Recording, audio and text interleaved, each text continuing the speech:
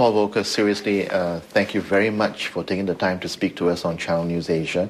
It's really a pleasure for me to sit down here and hear your thoughts on a range of issues. I want to start off by inviting you to share your frank assessment.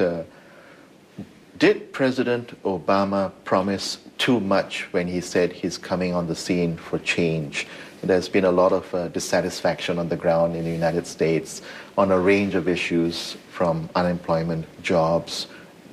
Expectations are very high. Well, he inherited a very difficult economic situation. He took office at a low point in a very large economic and financial crisis. And, in a political sense, he seems to get blamed for a crisis that he inherited rather than created. There's great talk about some of the action that was taken to rescue the economy, the amount of money that was spent by the government. And ironically, a lot of that took place before he became president. But in the public mind, it's all associated with too much government spending, too difficult economic situation. But that's, water over the dam, and that is now almost 2 years ago, and there is unhappiness that the economy has not rebounded faster.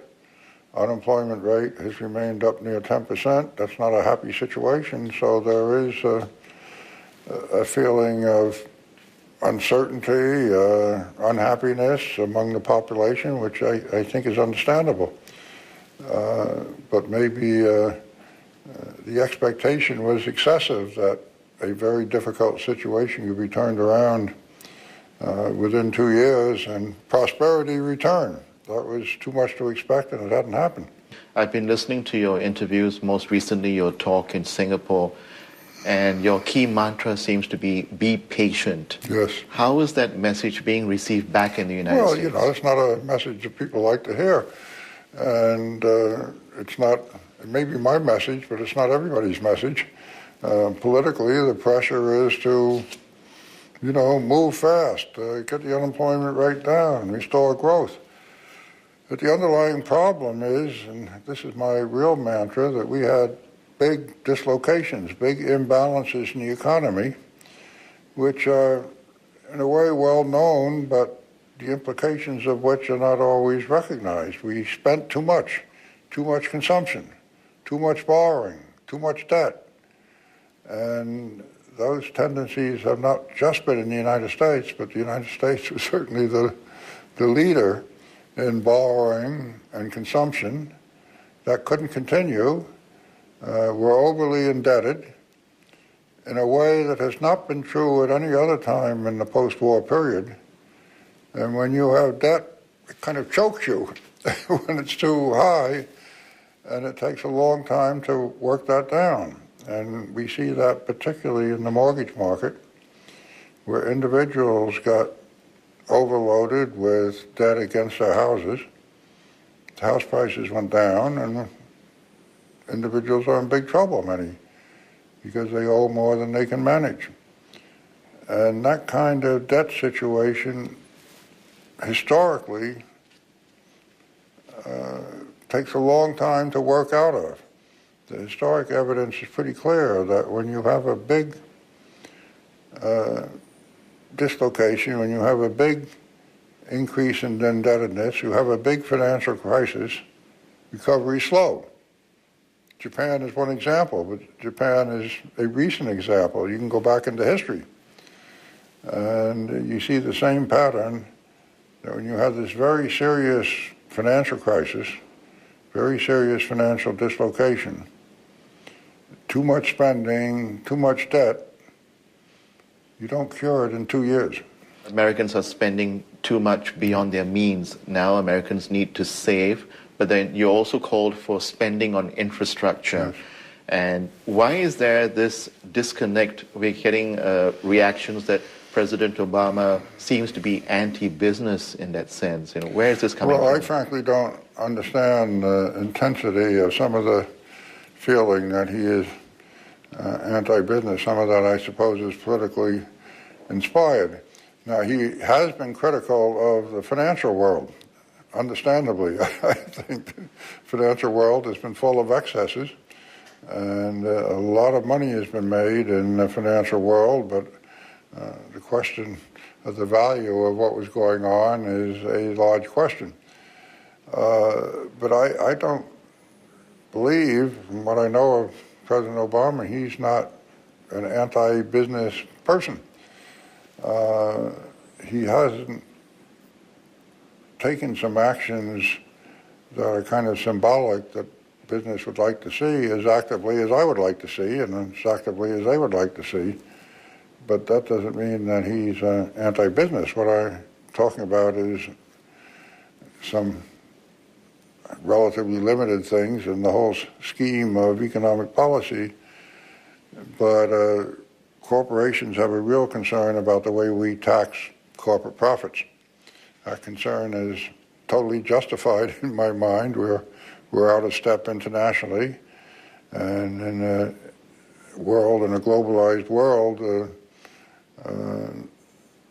it creates problems for our international businesses, and they're unhappy about that. What exactly would you like the corporate tax situation to be? Well, part of it's just a matter of our rate is too high, and there are a lot of exceptions and so forth, but the way we treat earnings abroad is a point of sensitivity. We tax earnings of American companies abroad when and if they return the money back to the United States. Most countries don't do that. So there's an incentive for businesses to hold the money overseas, which didn't used to exist when corporate tax rates were more or less the same. But in the past 10 or 20 years, almost all the developed countries have reduced corporate tax rates to 20 to 25%. We're still sticking up there at 35%. I'd like to get your thoughts on the Dodd-Frank bill that was passed, named after the gentleman who moved it. Some say it's meant to rein in the reckless behavior on Wall Street. Others feel it's not going far enough. What's your frank assessment? Well, it's inevitable that you get both opinions. I think on balance the bill doesn't do everything just the way I would like it, but it hits some important points, and it is a valid step forward in financial reform, and I hope and believe that it indicates some American leadership internationally in moving toward changes that have to be made. Now, what are we talking about? Derivatives are a big problem. They've greatly complicated this crisis, particularly credit default derivatives. And this bill makes an effort to simplify and regularize derivatives, and particularly push their settlement to institutions that are more fail-safe. This is a big complication when Lehman Brothers failed and concern about others. So that's a big step forward. The whole question of too big to fail, too many rescues of failing institutions. There are steps taken in this bill to deal with that problem, including provisions that say if you have a large failing financial institution, the government will be empowered to step in at that stage and take it over. It's saying, no, you can't rescue them, you can take them over, you can prepare an orderly funeral, but it has to be a funeral. It's not an emergency ward, it's not a recovery ward, it's a euthanasia. And that's a big difference now. A lot of people are skeptical about whether that will work, but it's in the law. One of the provisions that I've been concerned with is the activities of banks. Banks will remain protected by, not just in the United States, but elsewhere. They have access to the central bank. They typically have deposit insurance. And the position I've taken, and that many other people take, is that those institutions which are fundamental to the orderly operation of any economy, central banks are at the core of the financial system, those banks shouldn't be engaged in highly speculative activity.